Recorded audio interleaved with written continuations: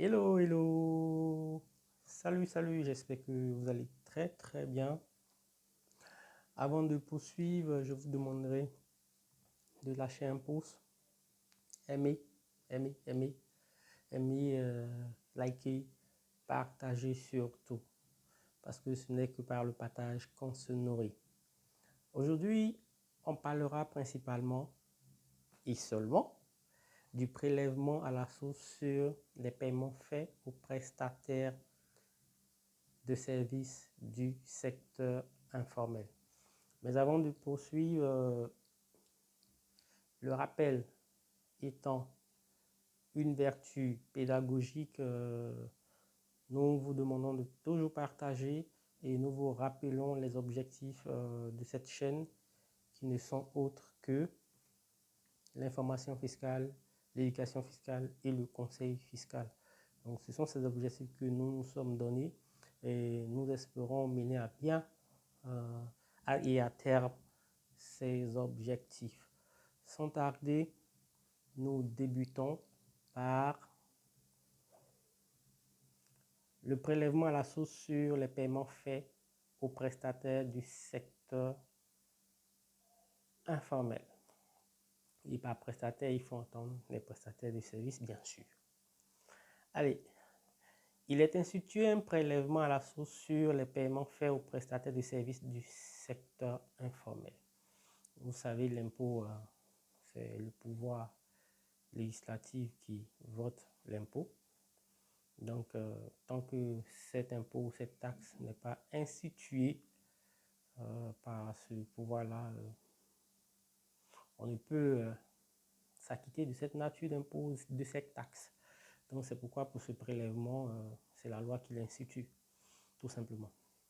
Donc, nous parlerons principalement relativement à ce prélèvement du champ d'application, des modalités d'application et des obligations déclaratives et les procédures de paiement. Sans tarder, nous débutons par le champ d'application. Et dans le champ d'application, nous parlerons des personnes devant subir la retenue, des personnes devant effectuer la retenue et les opérations concernées.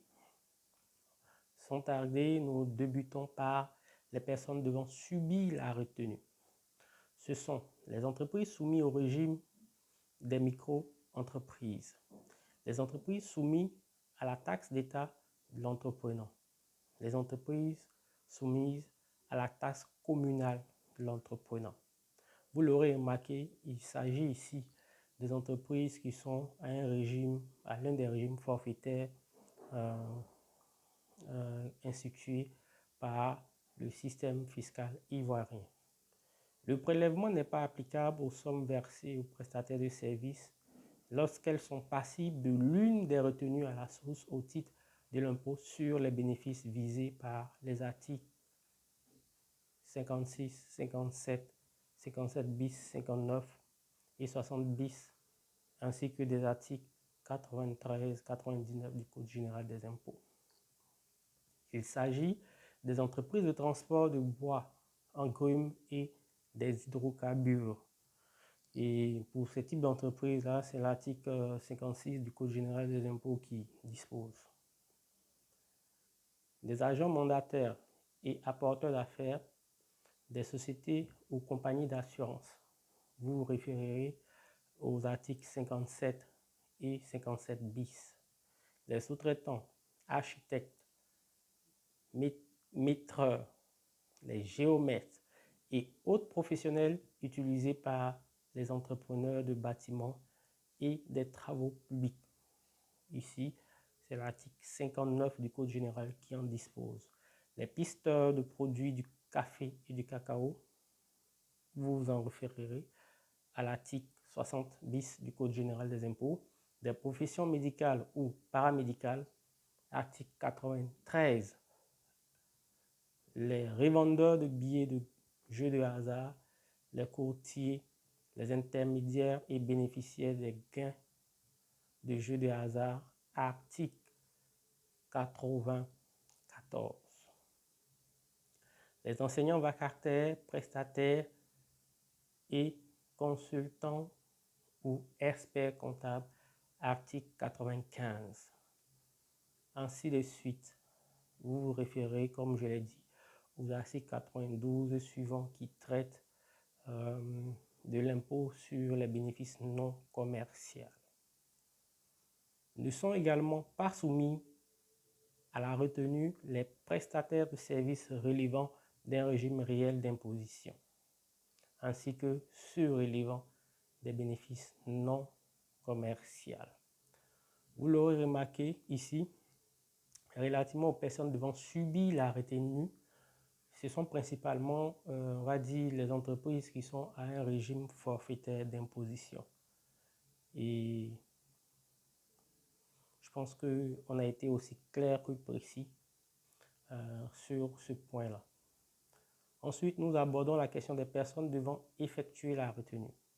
Sont tenues d'opérer la retenue à la source toute personne physique ou morale relevant d'un régime réel d'imposition qui verse des sommes en paiement de prestations de services qui leur sont rendues par les entreprises du secteur informel.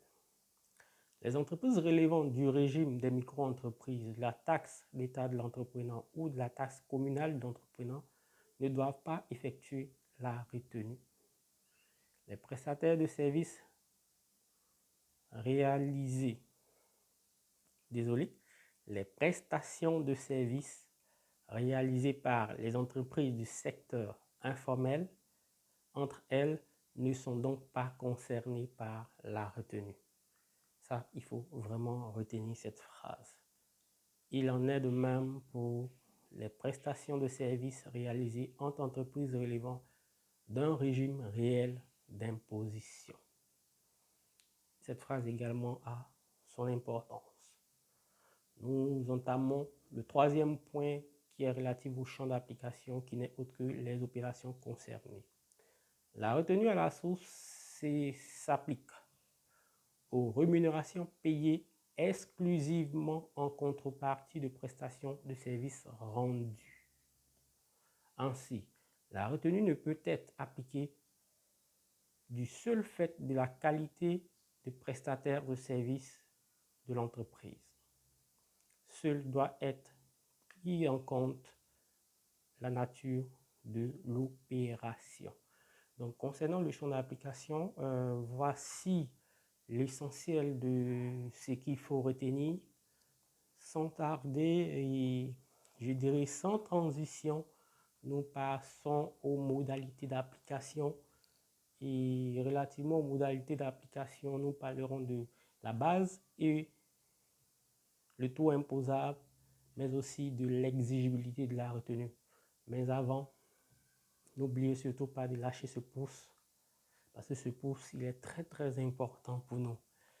Le métier n'est pas facile d'après ce qu'on a l'habitude de dire. On s'efforce de faire un rendu aussi précis que concis, tout en espérant que cela vous aidera dans l'ensemble de vos activités et de vos opérations.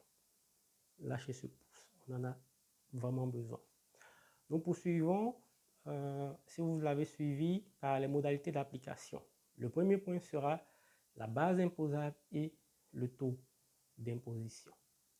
La retenue à la source est effectuée sur le montant facturé au titre de la prestation rendue. La retenue opérée par les bénéficiaires des prestations vient en déduction des rémunérations à verser aux prestataires. Le taux applicable est de 2%. Ceci est très important.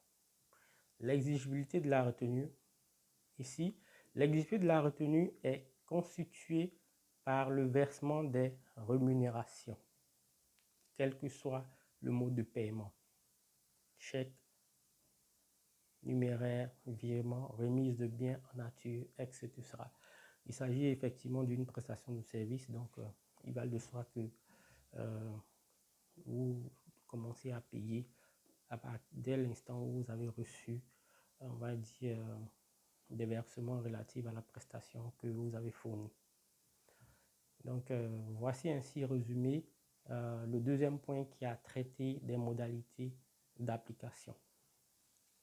Et sans transition aucune, nous passons aux obligations déclaratives et procédures de paiement. Ici, il s'agira principalement de parler, comme je l'ai dit, le titre a déjà scindé notre commentaire, des obligations déclaratives et des procédures de paiement. Les obligations déclaratives, qu'est-ce qu'il faut retenir ici? Les retenues opérées au cours d'un mois doivent être déclarées et versées au plus tard le 15 du mois suivant à la recette des impôts dont dépend l'entreprise ayant effectué la retenue. En ce qui concerne les entreprises relevant de la direction des grandes entreprises et de la direction des moyennes entreprises, les retenues effectuées au cours d'un mois donné doivent être déclarées et versées au plus tard le 10 du mois suivant pour les entreprises industrielles, pétrolières et minières, le 15 du mois suivant pour les entreprises commerciales et le 20 du mois suivant pour les entreprises de prestation ou les entreprises de prestataires ou les entreprises prestataires de services. C'est pas facile, mais on va y arriver. Les entreprises ou les personnes physiques ou morales qui opèrent la retenue sont tenues de produire chaque année, au plus tard le 30 avril, un état récapitulatif des prélèvements opérés.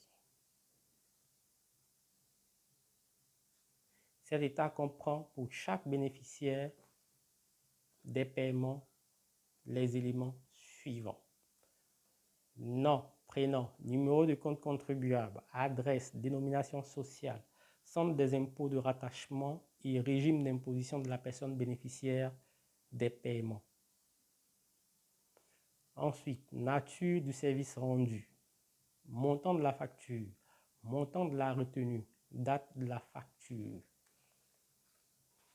Donc, voici le résumé de ce qu'il faut comprendre pour ce qui est des opérations déclaratives.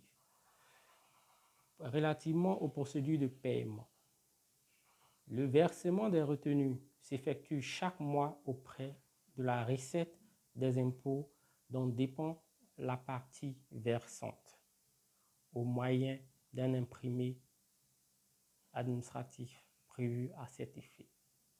La déclaration est accompagnée pour chaque bénéficiaire d'une attestation individuelle de retenue établie sur un imprimé réglementaire, après visa du receveur des impôts compétent qui doit s'assurer de la conformité de l'attestation individuelle avec la déclaration. Les attestations individuelles sont remises par la partie versante aux bénéficiaires pour leur permettre de déduire ultérieurement les retenues supportées. En 4, nous parlerons des modalités d'imputation des retenues supportées. Les prélèvements suivis au titre d'une année sont déductibles de l'impôt général sur le revenu exigible au titre de la même année. Ils ne sont pas à déduire du montant de l'impôt des micro-entreprises, de la taxe d'État de l'entrepreneur et de la taxe communale de l'entrepreneur due par le contribuable. Les sanctions en point 5. Le retard ou le dépôt ou le défaut du moins de production de l'état annuel récapitulant les prélèvements effectués est sanctionné par une amende de 200 000 majorée de 20 000 francs par mois ou fraction de mois de retard supplémentaire. En outre, toute omission ou inexactitude des mentions figurant sur le dit état entraîne l'application d'une amende fiscale de 10 000 francs CFA encourue autant de fois qu'il est relevé d'omission ou d'inexactitude. Cette amende ne peut être inférieure à 100 000 francs. Donc, voilà ainsi, on va dire, résumé, le prélèvement à la source sur les paiements faits aux prestataires de services du secteur informel. Nous espérons que vous avez retenu l'essentiel de ce qu'il y avait à retenir sur ce type de prélèvement, ce prélèvement. Et nous vous demandons de relayer l'information, mais bien avant de partager, de laisser ceci. Et puis, à la prochaine vidéo, n'oubliez surtout pas, ce n'est que par le partage qu'on se nourrit. Éducation fiscale, conseil fiscal et information fiscale.